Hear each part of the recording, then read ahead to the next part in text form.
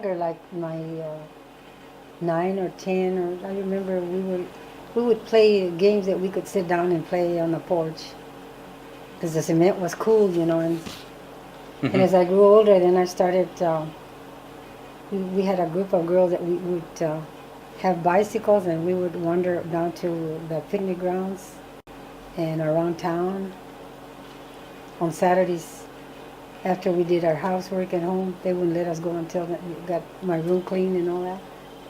We would climb the A Mountain a lot. We had a group of girls that would go up there almost every Sunday after church, and we would take a lunch and just sit out there, you know, and look at the town from the top of the A. And I used to skate a lot.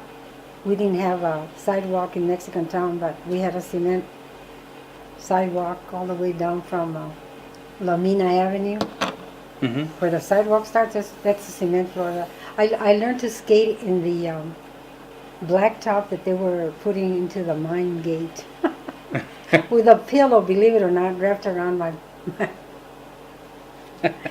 I never thought I'd do it, but it's true. That's where we learned to skate, and after that we were just skating all over the place after we learned how to skate.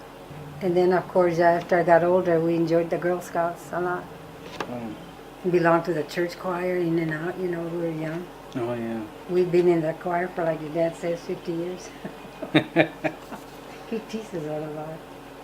Oh, yeah, after I got married and had the girls, and they needed a scout leader, and they couldn't find one to join. So I joined the Girl Scout leaders, and I started my own troop. Yeah, the fiestas that we had at the park, celebrations for the Mexican 16th of September at the Mexican Park, and then the 4th of July. Well, we used to go down to the ballpark and watch the baseball at night. Not because we would watch the game, but we would sit there and eat peanuts and popcorn. There was a curfew at 9 o'clock. We're supposed to be home. You know, we couldn't. So we used to go to choir practice around 7 o'clock.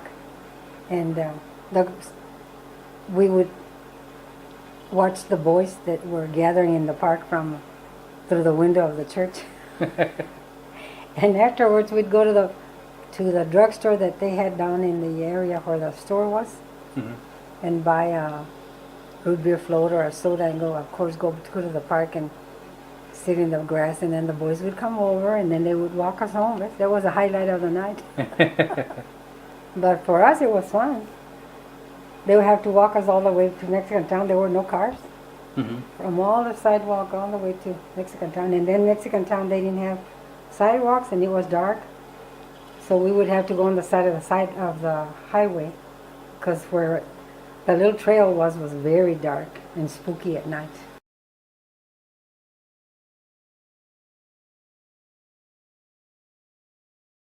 And those, you know, the boys would meet us. He was here. He was born here too, so he grew up here. And then by the time that he started, you know how boys start getting interested in girls at a certain age. He had a lot of girlfriends, but anyway. And he would walk home with me sometimes, and then other times he would walk other girls. So it's not. But we met here in town by going to the park after choir practice. Oh, okay.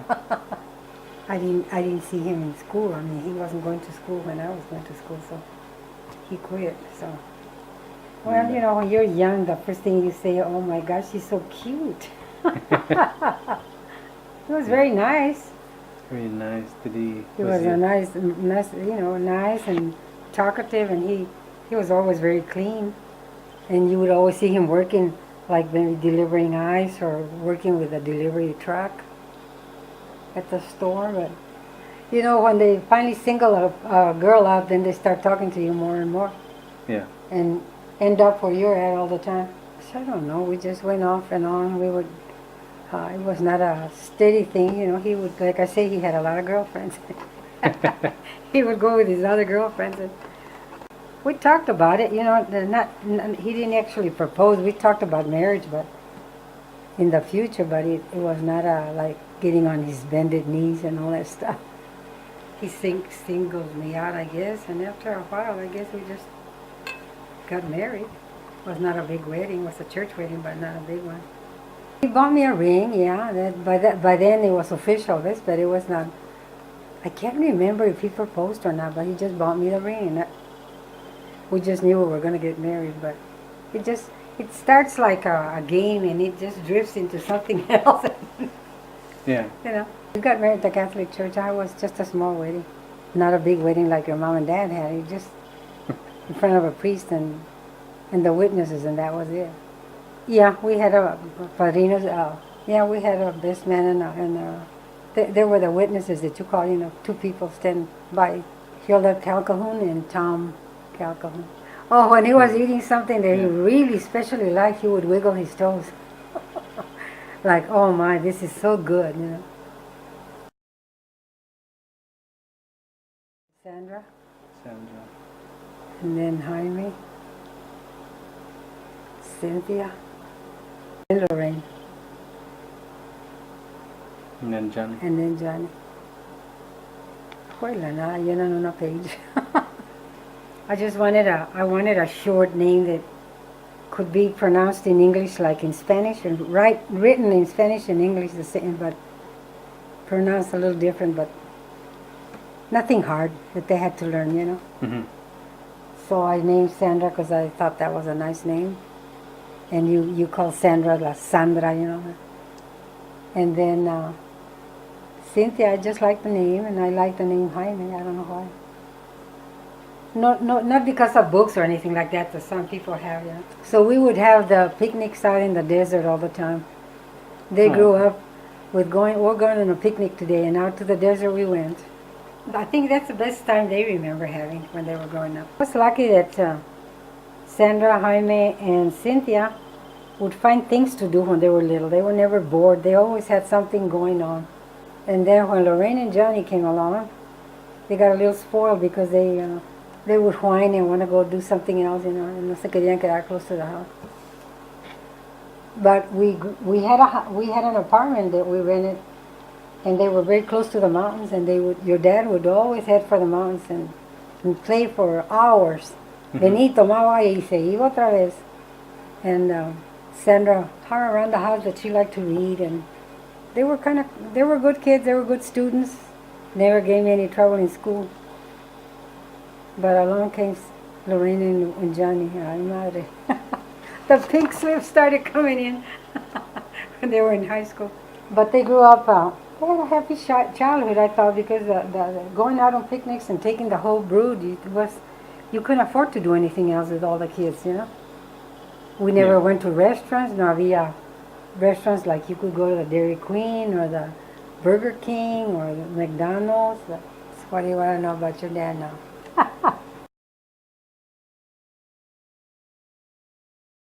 The funny thing is, he used to run around when he was able to walk. He had a bad rash when he was a baby, but when he started walking, we bought him a pair of boots, and he always wore a little hat that we had, a little cowboy hat, and he stuck it down, se lo jalaba así, y no estaba, se le miraba, like Hoss, where el Hoss que sale en la hat, así se le miraba cuando se lo jalaba para abajo. And he would always run around and push a little old buggy de la Sandra. It was a little buggy, but ya no tenía top, and he would run around just making noise like he was driving a car, pushing it up and down all over the project area. And like I say, he would run in and drink water, and out he would go again. He never got on, he was always doing something. He was never a child that was whining that he didn't have nothing to do. Yeah, it explains a lot. And we always had, your tata would always make him a real cute little fenced yard wherever we were, and put a little swimming pool or something that they could get in water when it was hot. Mm-hmm. And they would stay there for hours playing. They wouldn't bother me. But like I say, yo estaba en el choir, and he was an altar boy, and I remember he used to get up at 5 in the morning, not crying. He would get up, get ready, and by 6 o'clock, before 6, he was on his way down to church to serve. Sandra, Cynthia, and Jaime were very quiet, they would find things to do without whining. But along came Lorraine and Johnny. They were good students in school. They would bring good report cards, and then Lorraine started coming home with C's and D's, and Johnny was, did he get a report card or not? Did he tear it? Let's go look for it, you know. He was dragged to school the whole time he was going to school, esa criatura. And now that Jaime tells me what he does now, he stands on the door and they're 5 minutes late, les un pink slip que se van a la office. He won't listen to any excuses. El Johnny, le digo, he was the one that was always late for school, and he said, oh yeah, me dijo, and they better do it or else. He stands there, me dice, and they better do it. I wouldn't put up with what he has to put up with. I would have slapped him out one side and down the other. And he would walk. We didn't have a car. And so one day, your tata went out and got him a second-hand bike and fixed it for him and put new tires and stuff. And boy, I mean to tell you, he went down the hill with that bike like it was brand new. But he had something to, you know, pedal. I mean, something to get him there instead of walking. They were never pampered in any way, you know. Everything came hard to them. And then by then he started getting interested in football and the sports in school. That was all they could think about. That's why Johnny finished high school, because he was playing football. Father Strumber used to nominate him for everything that they needed in the church to take care of the kids. We were supportive, yeah, and he went the way he wanted to go. He had thought about all those things, and he did what he wanted to do. But he knew there was no way out for him any other way, because we didn't have money to send him to school. He didn't have money, so he thought the way he did it was the best way. And he was the one that had more rapport with your tata. You know, he would sit down and talk to him, and they had the little thing going on, discussions and stuff. Well, we thought he was too young, but if that's what he wanted to do, we thought, well, you know, he's in the Air Force and he's going to support her. He's got means of supporting his wife. But yeah, we all thought he was very young, but that's what he wanted to do. He would figure things out the way he was going to do it, and how, you know, if he could, and then he would do it the right way. He would come and tell you. Give you his plan. This is what I want to do. Yeah, I knew who she was. I knew the family. They were our compadres before I knew Nancy and Jaime were going together. I baptized, who was it, Sylvia? So your tata would bring, I mean, your mom's dad would bring your tata home a lot of times from the bar and drop him off at the house. Well, I think your dad has done what he wanted to do, and I think he has succeeded in going to school and making his living the way he wanted to be a teacher, you know. He plans everything, like I tell you, before he does it, and then it turns out right. I don't know how he does it at home, if he's always pushing you guys to go to work or go to school, or, you know, pero. Like paying for they painted a mural in the escuela, you know? Or coaching or things like that. And I think finally like yesterday, they were going out, and I said, where are you guys going? Oh, we're going to go get a quart of beer, he said. Mentiras, just teasing me. He knows it still bothers me when I hear it. They went and bought Coca-Cola. Fueron a la True Valley. Pero así es el Johnny. He doesn't, and he's very smart, because your dad says, I wish I had his brains. We can sit here and talk. I tell you, he can discuss the food channel with you.